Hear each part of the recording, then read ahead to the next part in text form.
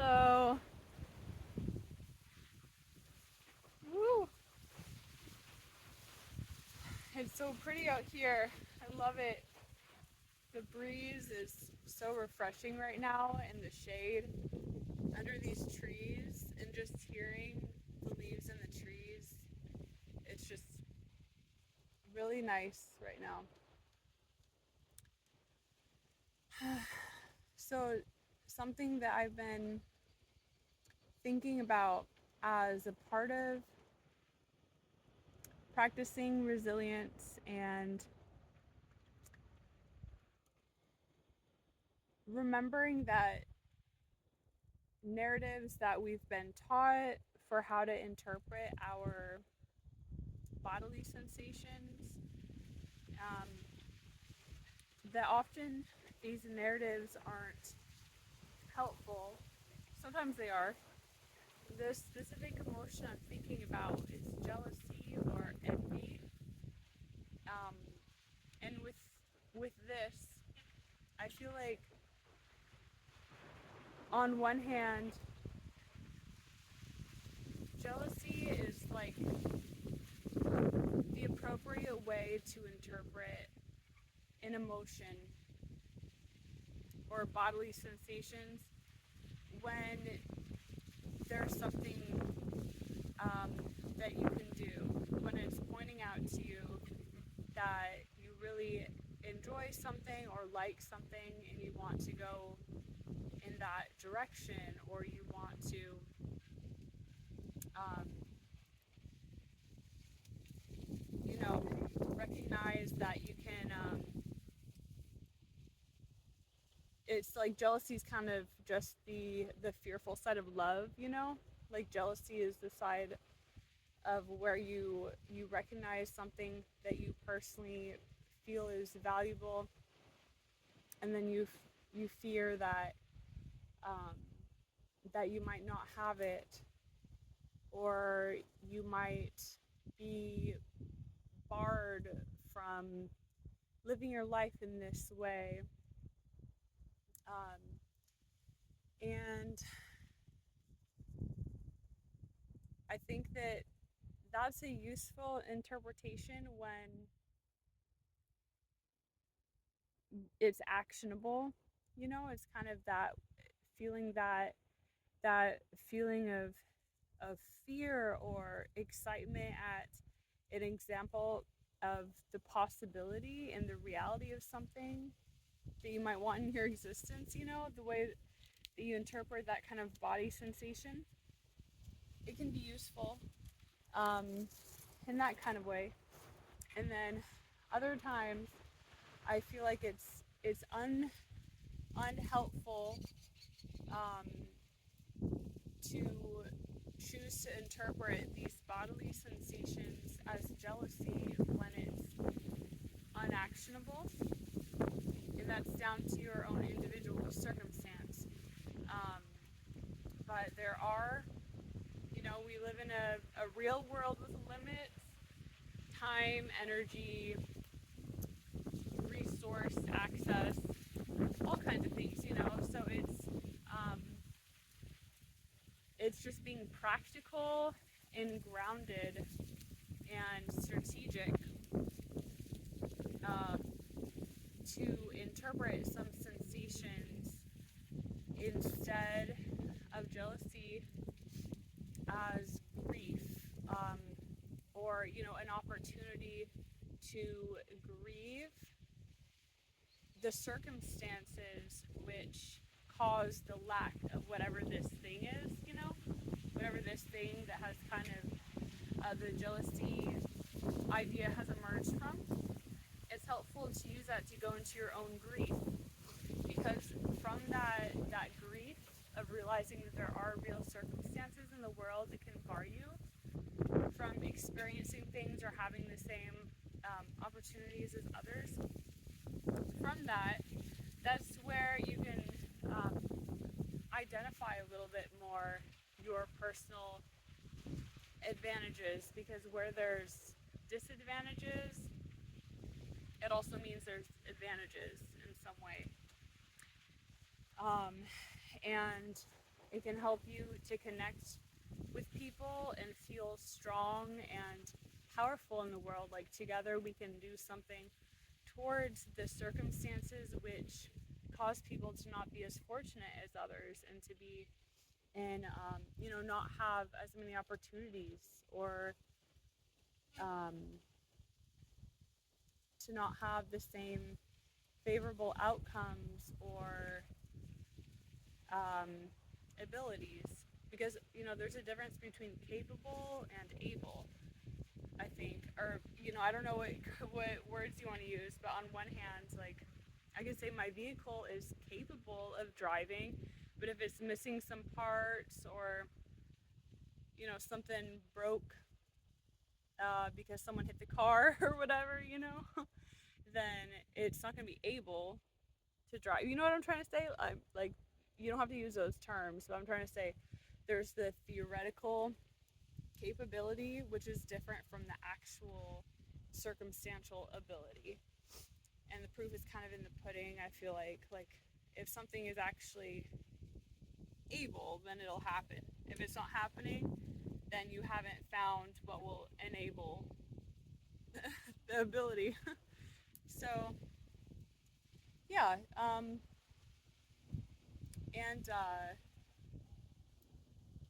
yeah, and it's also, so I think that that's kind of the two ways to interpret jealousy when it's, a strong kind of an emotion where often as recovered people,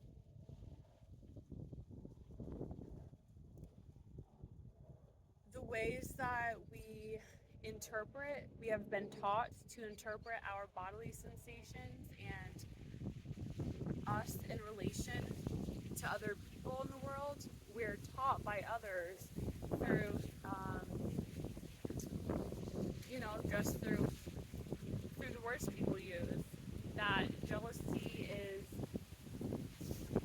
always a negative, shameful thing, or it indicates likelihood for a crime to be committed, based on tragic histories of the past where people were blamed, saying that they uh, committed crimes out of jealousy, and just all these narratives that I think it can cause us to be afraid of examining our own emotions, our own thoughts, our own bodily sensations, and from kind of deconstructing what it actually means to us and not what it just means according to the interpretational options that we've been handed down.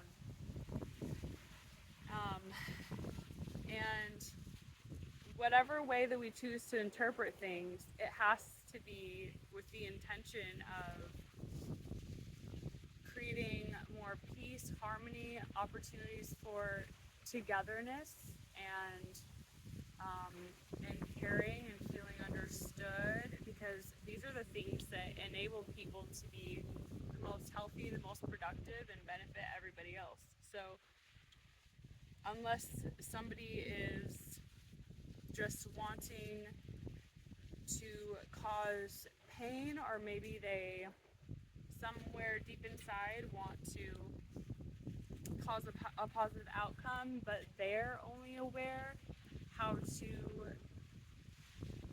create change through fear, or like force, the fearful force, because you can also have like passionate, magnetic, safe force. Um, you know, I think it's an important part of continuing our resilience as recovered people to deconstruct these ideas handed down to us and remember that we are more than we had thought, and that the things that we were afraid of and that might have fueled our creative power into the realm of addiction, some of those fears we were trying to avoid, they may be unfounded now that we are in this recovered and safe place in our life, and where we are aware of so many more narrative options, and where we are in this recovered place where we have that self-trust built up, and we feel like we are able to work with ourselves in understanding and managing our perceptions and understanding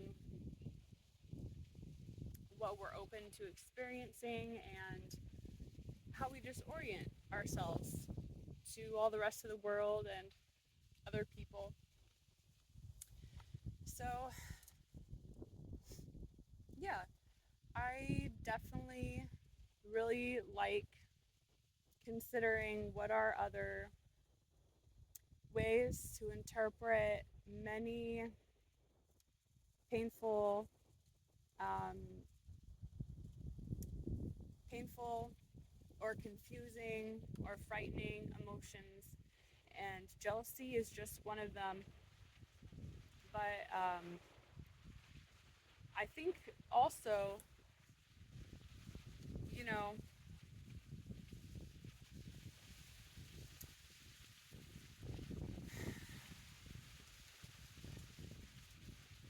we just have to stay certain with knowing that as long as we interpret our own experiences in a gentle, self-loving way that is advantageous for ourselves and for those who we love, then that really makes it hard for us to feel less resilient, because when we feel less resilient, we feel disempowered, we feel alone, we feel ashamed of our own experiences. And I think it's good to remember that these bodily sensations are very natural, very human, very extremely common, and it doesn't indicate a presence of innate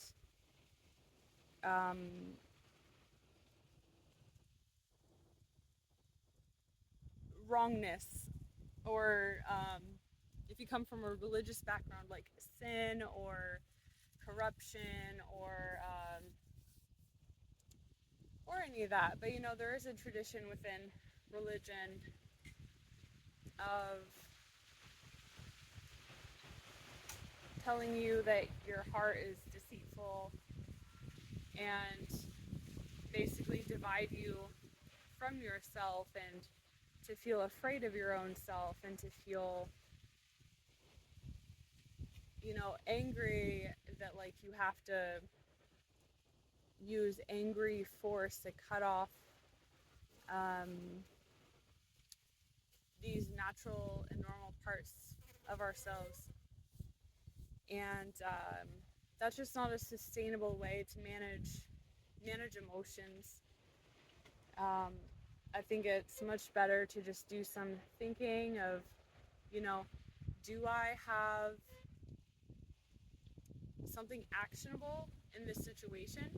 If so, then I confirm this bodily sensation is jealousy, and it's a good thing, because that means that I have more information on what I want in life and what is meaningful to me and what things I can connect with other people over. And if you decide, well, that's not actionable for me, then you can interpret this bodily sensation as a testament and a promise to honor the painful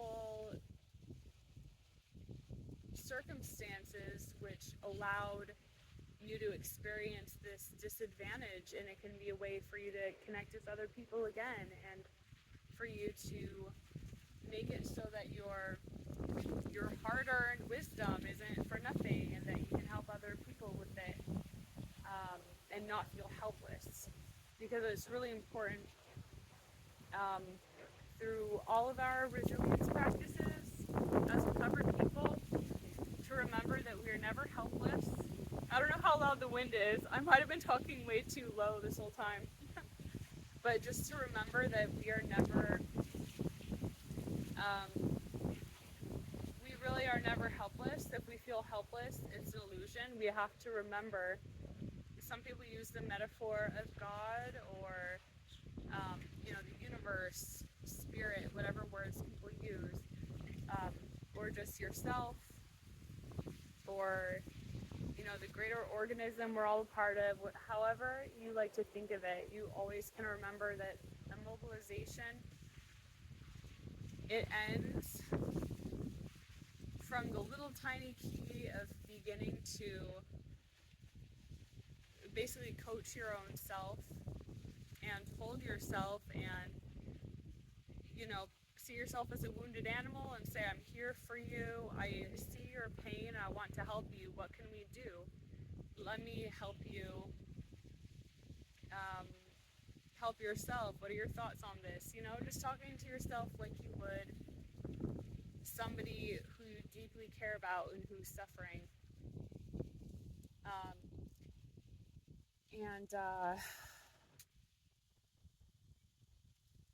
So really, we have to remember to trust our heart, not meaning trust our thoughts at face value, but trust that heart, like literally the center in which we feel is like the good eternal connection to the very essence of being alive and nature and the gift of everything even existing, whatever you want to call that. Like that, I think it's helpful to think of the heart in that kind of way instead of your thoughts, because your thoughts are not your heart.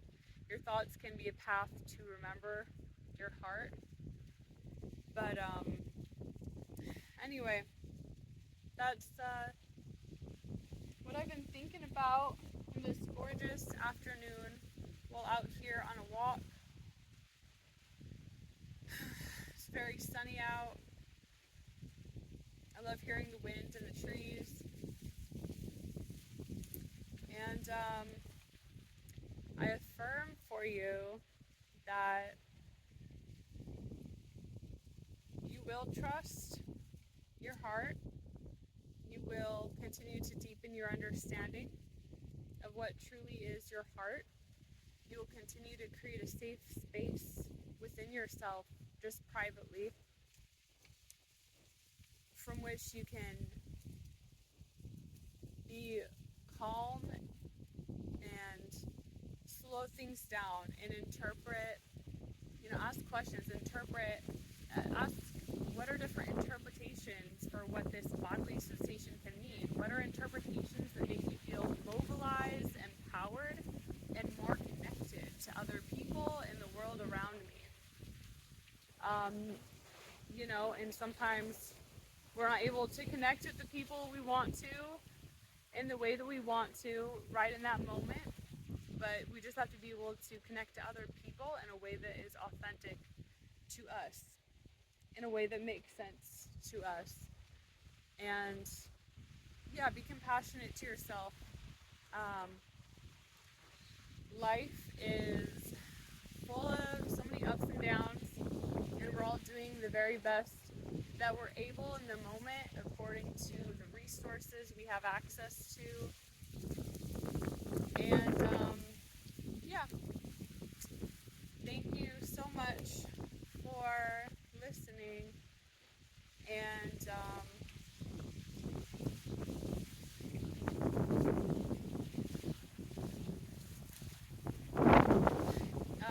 enjoy some nature today. Enjoy a tree near you. Bye.